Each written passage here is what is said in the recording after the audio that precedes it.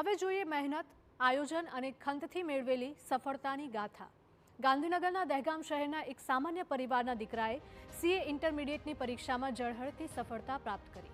તન્મય પટેલે આ પરીક્ષામાં સમગ્ર ભારતમાં 6ઠ્ઠો ક્રમ મેળવી ગુજરાતનું નામ રોશન કર્યું છે.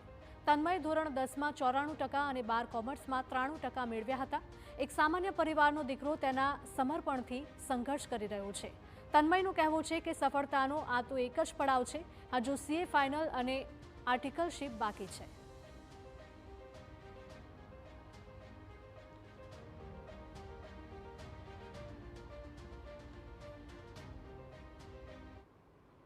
એક્ઝામની પ્રિપરેશન મેમાં પૂરી થઈ, એના પછી સેલ્ફ સ્ટડી ઘરે જે અમારે રેગ્યુલર સ્ટડીઝ ચાલતું હતું એ ચાલતું હતું.